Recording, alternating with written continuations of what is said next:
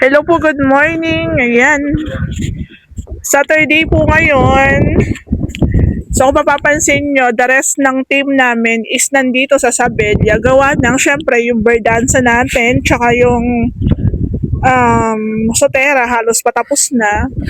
So andito na. So today magpapadeliver po ako ng buhangin. Pinapaubos po namin yung mga debris, yung mga pinagtibagan, para makakilos po kami ng maayos dito, makapag-flooring na. So, yung balcony natin, ongoing na po siya. Metal tubular po ang gamit natin dyan. Design ni Sir ang gusto niya.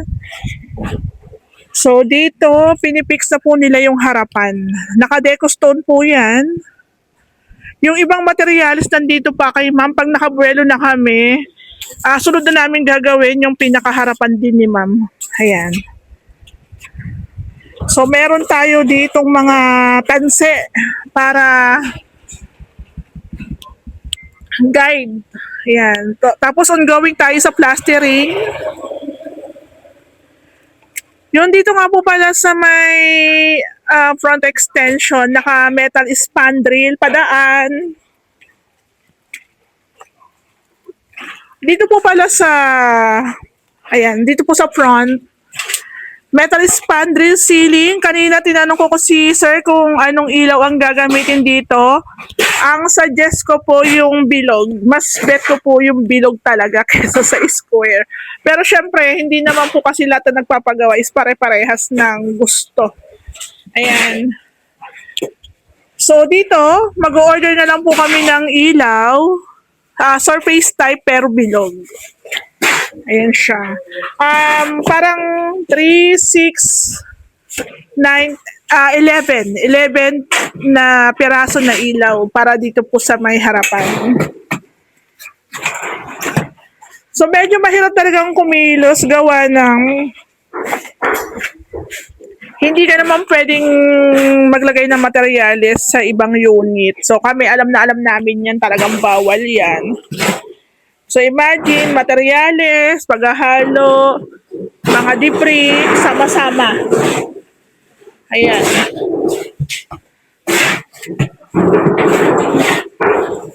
So dito sa loob, na-finish na yung dito na part.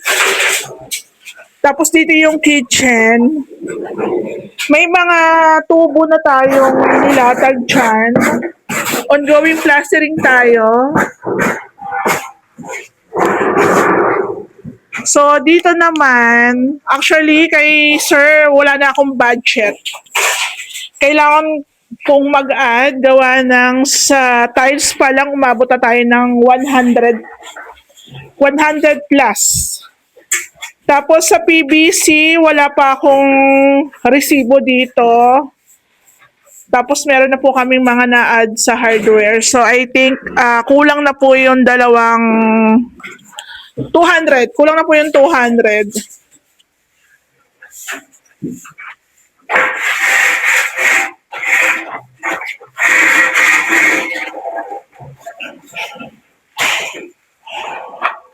Bakit?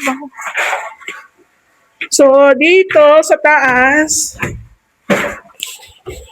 noong nakaraang linggo, meron na siyang insulation. So, bali, nilatagan na ng panibagong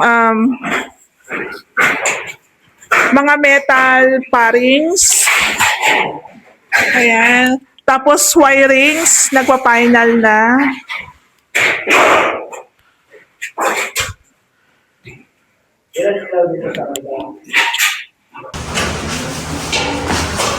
So, bali, dito po sa may extension, nilagyan na siya ng epoxy primer.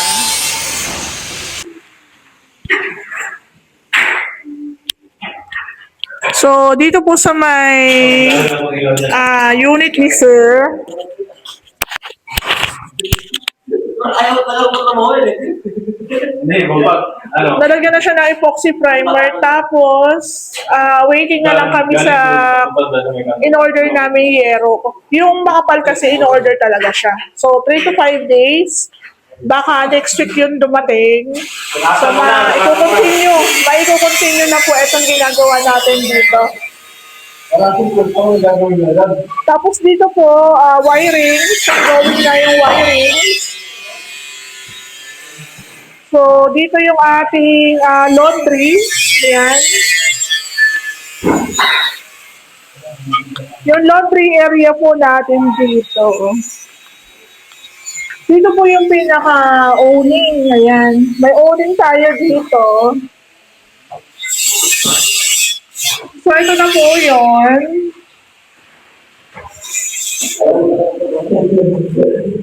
Tapos, doon po is ongoing po yung pagpa-plastering. Ayan, natapos na dito.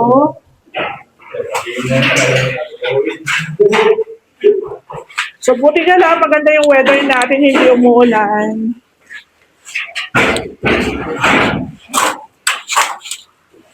Tapos, ito yung bathroom. Bathroom naman. So, bali sir, sa bathroom, isang ilaw na lang ipapalagay natin. Kasi, hindi ako nagagandahan doon sa may center light na meron pang 4 na pin lights. Isang ilaw lang sa bathroom kasi maliit lang naman po ang bathroom, kaya carry na po ang isa. So, nagtatanong yung ating electrician kung ilan yung mga ilalagay na ilaw. Since maliliit lang naman po ang mga space, so mas suggest ko po yung pin lights. Then, sa mga kwarto na lang po yung merong center light.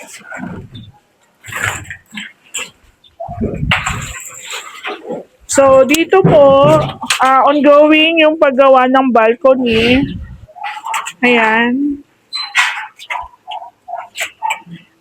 Metal tubular. So, ang sabi nila, ang metal tubular daw is kakalawangin. Depende naman yan sa preparasyon. Kung tinipid nyo sa pintura, sa mga polytop, primer, kakalawangin talaga. So, dito po sa may labas, maglalagay pa tayo ng metal spandrel dito, tsaka maglalagay din tayo ng ilaw. Ilaw din po, maglalagay tayo. Tapos dito kay ma'am, papalagyan na rin natin ng sukalo dito. Tapos, ipapabakbak ko na rin po ito next week para po sabay-sabay na. Sabay-sabay na po yung mga demolition, pagtapod ng mga pinagtibagan. Ang dami kasing pinagtibagan dito. So, I think yung dito kay ma'am, same na lang dito. Kung kakayanin. Tapos dito po, maglalagay din tayo ng metal spandrel, papalitan.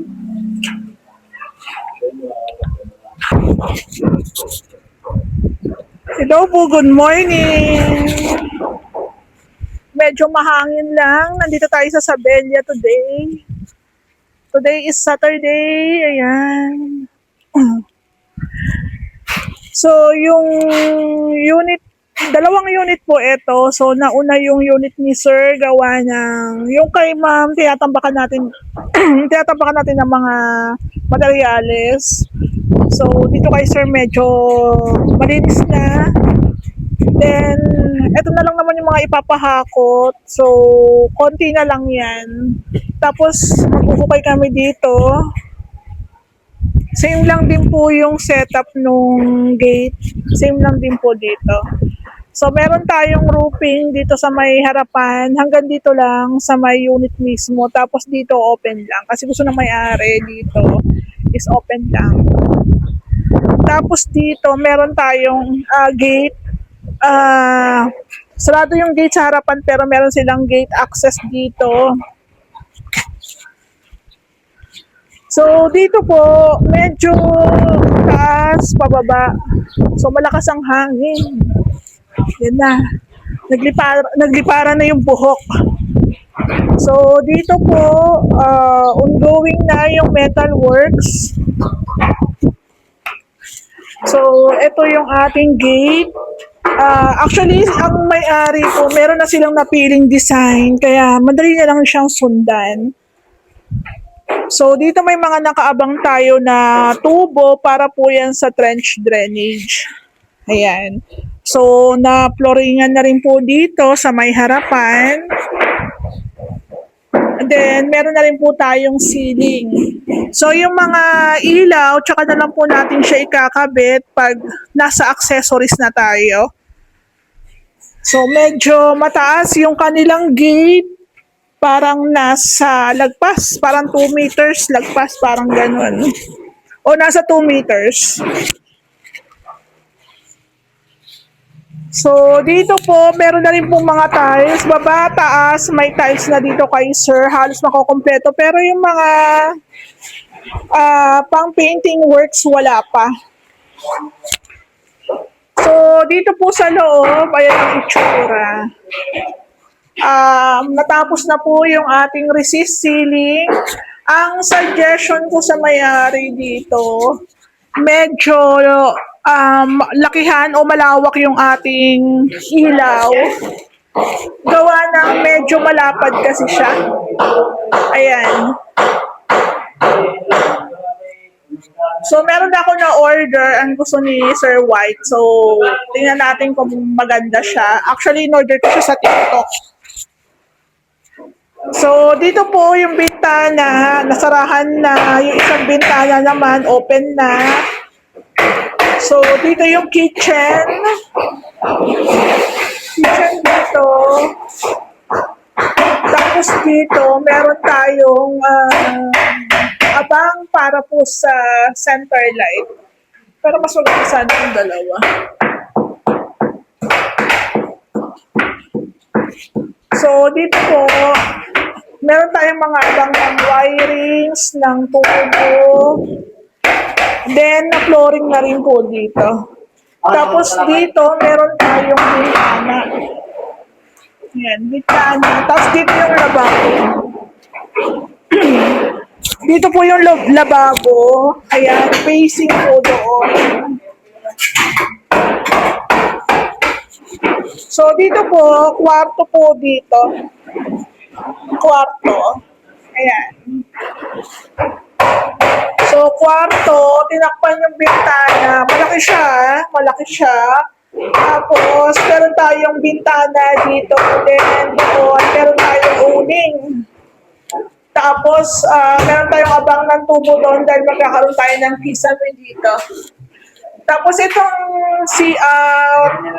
eto tatakpan to. Ayan, tatakpan to. Tapos, dito nga po pala,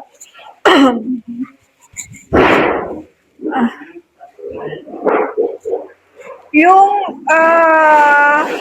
hagdan, pinabago yung pinaka grills. Ayan. So, ang tinanggal lang po dito yung square bar. Tapos, pinalitan na lang siya ng 1x2 para sumakto po dito sa existing natin na metal tubular o handrail. So, picturean natin. Picture. Tapos yung bottom natin dito, okay na to, nalinyahan na siya. Ayan, may linya na. So, sasarahan yung CR. So, ito na yung ating hagdan, no? Tsaka ito yung ating hallway. Ayan na yung hagdan natin. So, lilinisan na lang yan, yung grinding.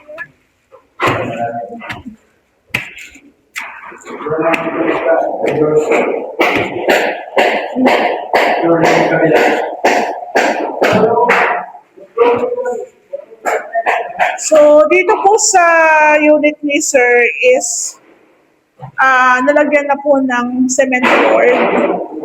Ito po, tsaka na po natin lalagyan ng PVC panels pag nagkaroon na po ng room partition. Pero dito ngayon is mag-i-start na silang mag-tiles. Ayan. So, tinanggal yung kapak. Then, nag-level na sila dito. So, meron tayong PVC panels dito. Yan. Meron na rin po dito sa may kitchen, laundry. Ano? Laundry. Laundry dyan. Oh. Nagubutas.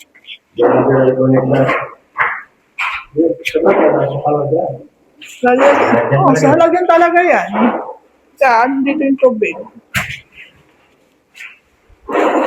So, dito naman po, bintana rin po ito. So, binuksan, access, tapos dito po, bathroom. Bathroom, meron na pong mga nakalinya. Ayan. So, dito yung shower, dito yung toilet bowl, dito yung lavatory, dito yung pinto natin. So, may nakaabang na tayo dito.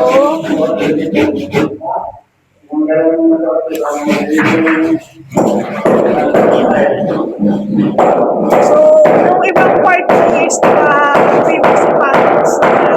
Ayan. Tapos dito po, nag-order na kami ng iba pang mga gagamitin sa roofing. Ayan.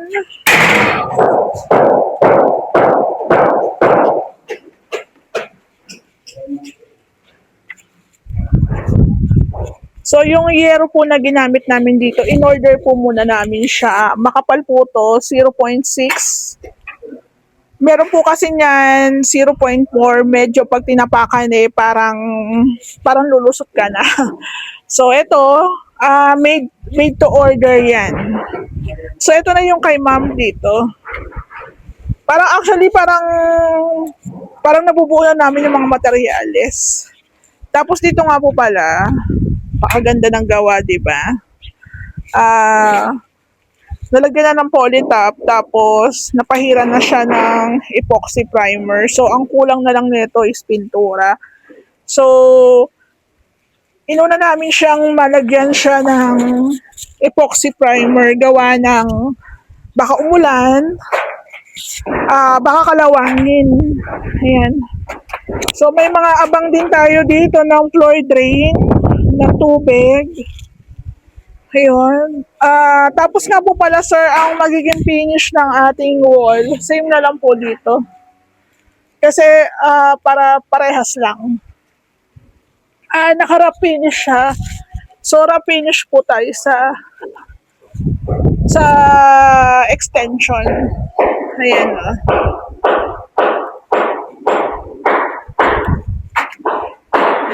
So marami pa tayong mga materials dito. Ni-ready na namin.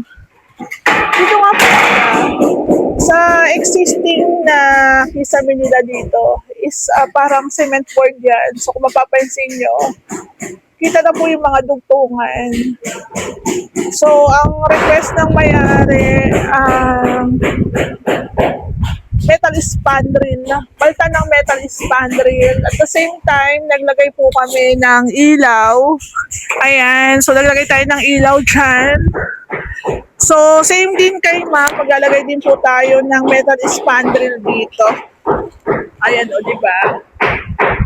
Actually, parang parehas lang din to. Pero kay ma'am kasi, walang balcony. Ang lakas ang hangin po.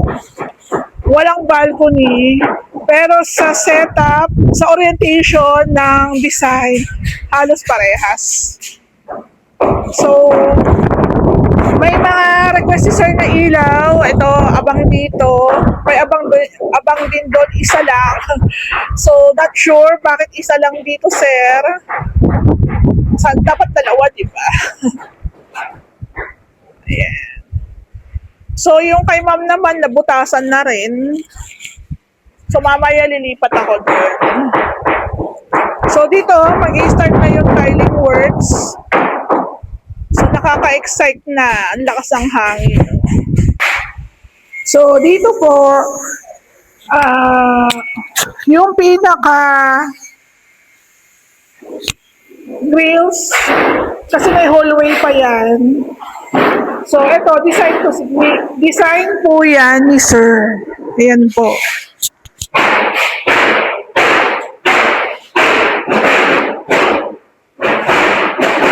So, ito naman po mga nakalawit dito. Para po yan sa suite. Ayan po. So, abangan po natin yung mga haganapan. So, hindi ko po muna to papasukan ng pintor. Tsaka na lang. Kasi napapansin ko, ang pintor, paulit-ulit ang ginagawa, ang laki po na napupunta na sahod. So, pag natapos na lang po yung gagawin dito, tsaka ko na lang po sila i-dispatch.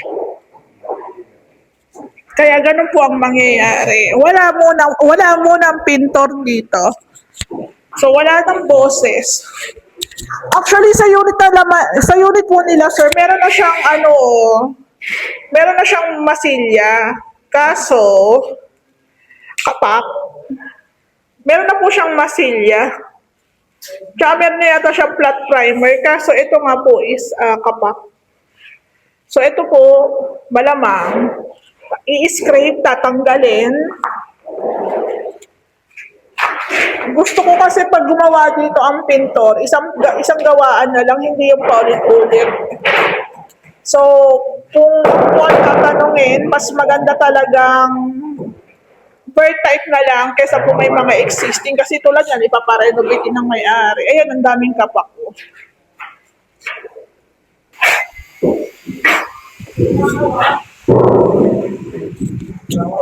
So, dito naman po sa unit ni ma'am, ayan, may access tayo dito.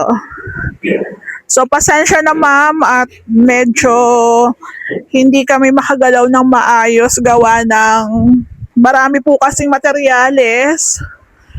So, kaya ang diskarte namin dito, once na okay na kay sir, dito naman po kami gagalaw. Pero yung isang poste po dun sa may gilid, nabuhusan na. Tapos ito nga po, ipapahakot na lang po yung ibang mga debris dito.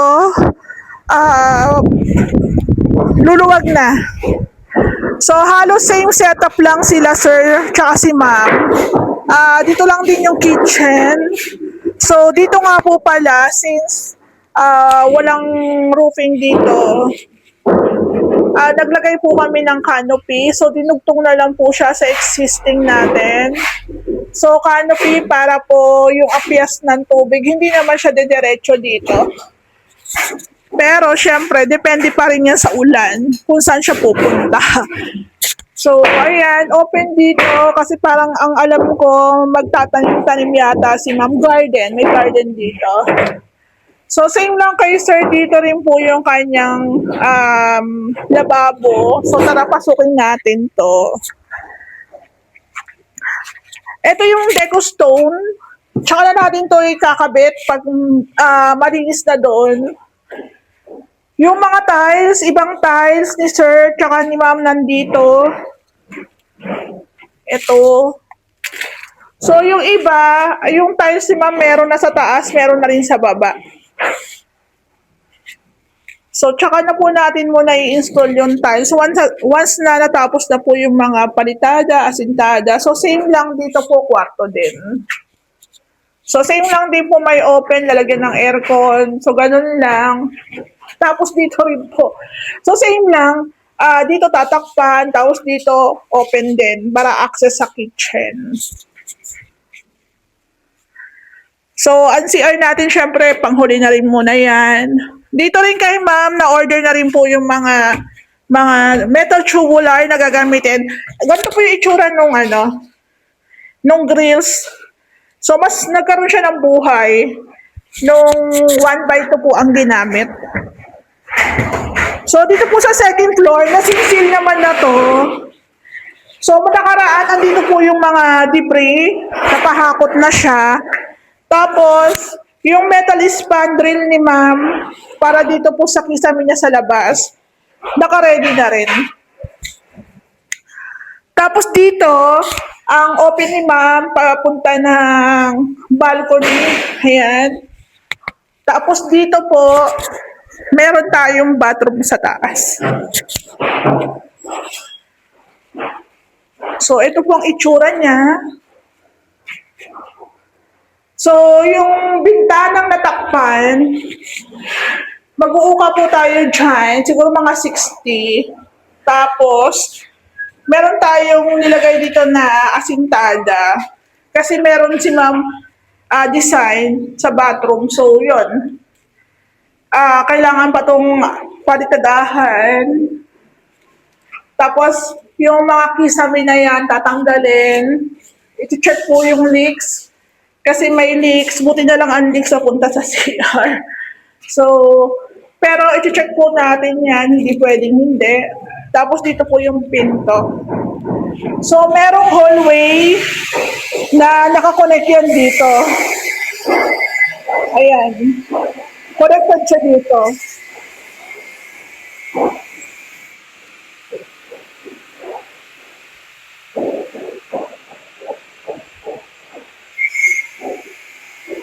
So, picturean lang natin. Siguro yung bathroom ni ma'am, tsaka na po na namin bibilihan ng tiles pag gagamitin na. So, dito meron tayong mga abang na ilalagay. Ito po kasi existing na, so magbubutas na lang po kami dyan. Ayan, picture. So, dito sa Sabella, ang taas ng, ang kapal ng topping, parang wala nang matitira dun sa existing. Hindi naman po kasi siya pwedeng installan ng tiles na ganun kakapak yung pinaka-flooring niya. So, tinanggal. Actually, abala pa yan sa gumagawa pero kasi parang magiging problema siya kung ipipilit po natin na i-install yung tiles na hindi po natin tatanggalin yung kapak. So, ganon naman ang proseso natin kaya okay lang, nakakapagod talaga. So, dito rin po, maglalagay rin po ng kisame. Halos same lang din po kay sir talaga. Ayan. So, ang kulang na lang dito, yung sa kitchen, tsaka yung sa bathroom ni ma'am. Sa bathroom ni ma'am, wala pa kami. So, tsaka na lang muna yon kasi ang dami pang materialis dito.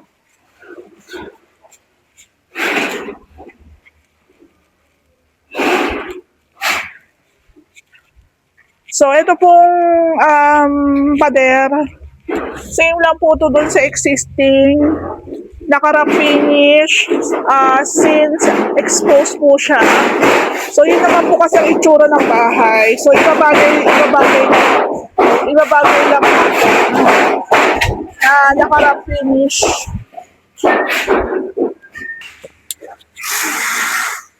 Hello po, good morning.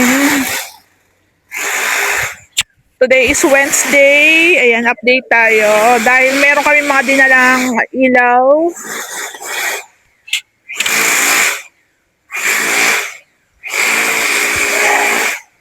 So, yung unit ni sir halos mabubuo na. Itong kay ma'am, yung pinaka-back extension naman po ang inuuna. Pero ito nga po, kasi nga wala tambakan ng mga ibang mga debris. So, hindi pa siya nakahakot.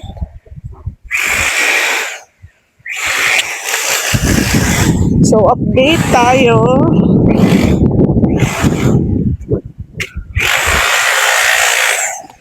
So, ito na po yung itsura ng ating harapan dito. Nakapag-install na po sila ng deco stone.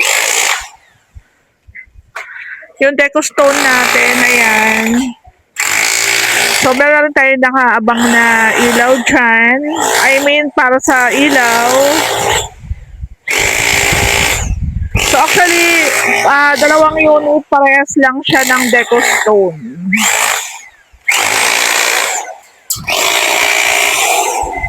Ayan. So, binubutasan na gawa ng ilalagay na po yung ating gate. Ayan.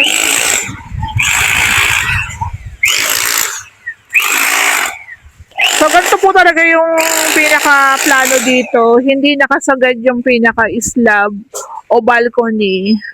So, yung gate natin, exposed siya sa init, sa ulan. Parang ganon.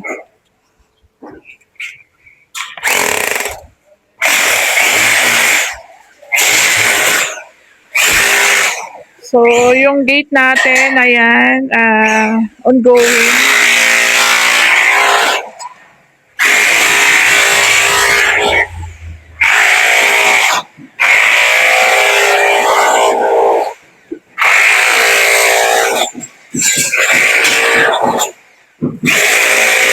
So, ganyan po ang mga kaganapan dito.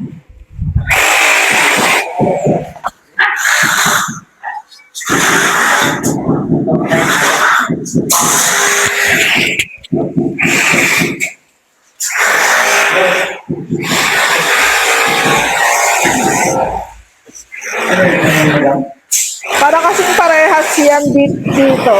Wait lang, hanapin ko. So, bali guys, dito muna tayo mag-update sa taas.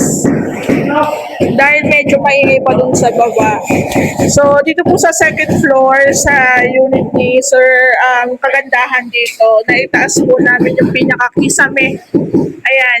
Kung mapapansin nyo, yung pinaka-existing, yung may linya dyan, naitaas po namin yung pinaka-kisame.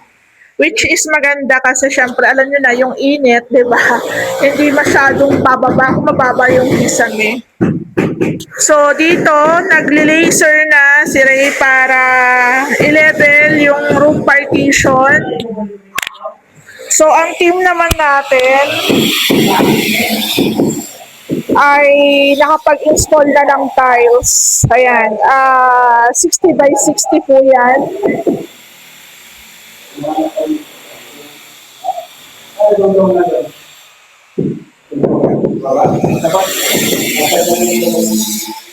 So kung mapapansin nyo yung ating tiles is mga siroho na lang po yung kulang. So yung ibang ilaw, dinala na po namin dito para maikabit na paunti-unti. Ito po, pag natapos na yung ating pag-install ng tiles, pwede na rin po tayong magpa-schedule ng ating room partition. 2 kwarto lang po ito, tapos meron ditong family room. So, dito po, ang ating laundry. Ito yung ating laundry area na winaterproofing na. Ayan.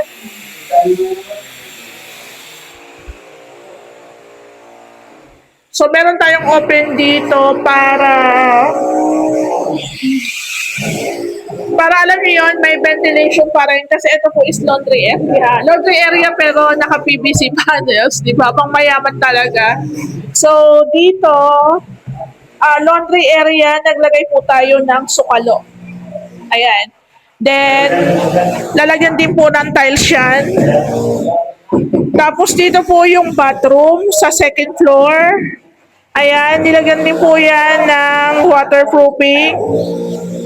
Tapos nga po pala sir, yung bintana mo, dito na lang namin siya nilagay, gawa ng madilim po doon sa kabilang side sa may open. Then dito po yung niche. Ayan. So mas okay dito kasi maliwanag. So ito naman kasi mataas naman yung pinaka-kisame, kaya carry lang. So, andito na po yung abang para sa lavatory, sa toilet bowl, tsaka dito po sa ating shower. Ayan. So, meron na rin po tayong abang para sa ating heater. Ito po yung ating niche. Ayan.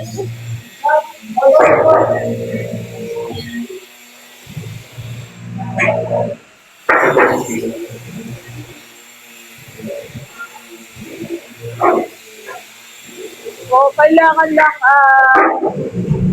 gamitan ng laser para makuha po yung pinakatamang sukat. So, dito naman po sa may balcony, ayan, standby lang muna gawa ng, ito naman po is meron na siyang epoxy primer. So, ito pong yero na to, dito po yan sa unit ni ma'am. So, yung ibang materyales, dito po naman nakalagay kay ma'am. Pero kay sir, pero yung mga ibang debris, nandoon sa kabilang side.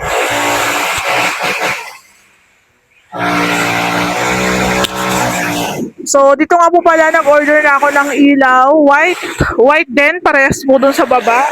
Kasi parang ang pinaka-team po dito sa unit ni sir is white. Pagdating po sa mga accessories. Ayan. So, gusto sana namin malaman kung ano yung mga pinturang ginamit dito. Ayan. Para makapagpatimpla kami. So, dito, once na nakapag-tiles na po, pwede na ko na rin po itong pasukatan kay tatay ng pinaka door niya. Pati po dito sa bathroom.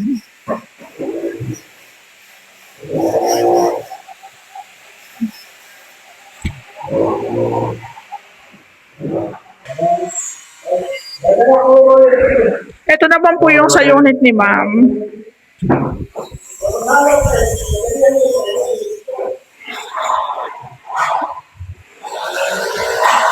So, dito sa unit ni ma'am, ang stay muna ba?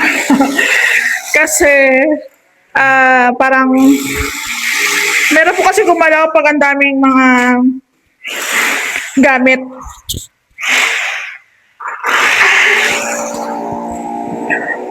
So, pag natapos po dun sa kabila mag-plastering, dito naman po, ipa-plastering po yung bathroom. So, actually, tapos na mag-tiles doon, pwede na rin tayo mag-tiles dito.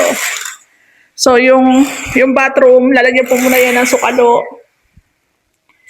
Then, iwa-waterproofing. Tapos, dito rin sa may balcony ni ma'am, maglalagay din po kami ng sukalo dyan. Kasi hindi pwedeng halos pantay lang doon sa balcony. So, ito na rin po yung isunod na gagawin. Pero, unahin po natin yung kisame, pagtatanggal ng kisame, then pagwa-wirings. Panibagong wirings tayo dito, syempre. So, pasensya naman po medyo nahuhuli yung sayo, pero mabisa lang po to kasi yung gate natin patapos na. So, ang susunod naman po dyan dito yung pinaka roofing mo dito sa may harapan. So, kung napansin nyo doon sa unit ni Sir, halos nakatiles na, inumpisa na yung tiling works, yung ceiling works. So, dito naman po susunod. Ganun lang. Pero dito po sa may baba, ayan o. So, same lang din po, okay na dito na plastering naman na. So, flooring na lang, lalatagan mo ng mga tubo, wirings, yung mga abang natin. So, dito, magtitibag din po tayo. So, hindi muna natin tinitibag lahat kasi nga baka mapasok yung unit. So, kailangan natin ingatan. So, ganun lang. Pag naipwesto na po yung mga tiles, paunti na lang po ng paunti yung ating mga materialis dito. Ayan.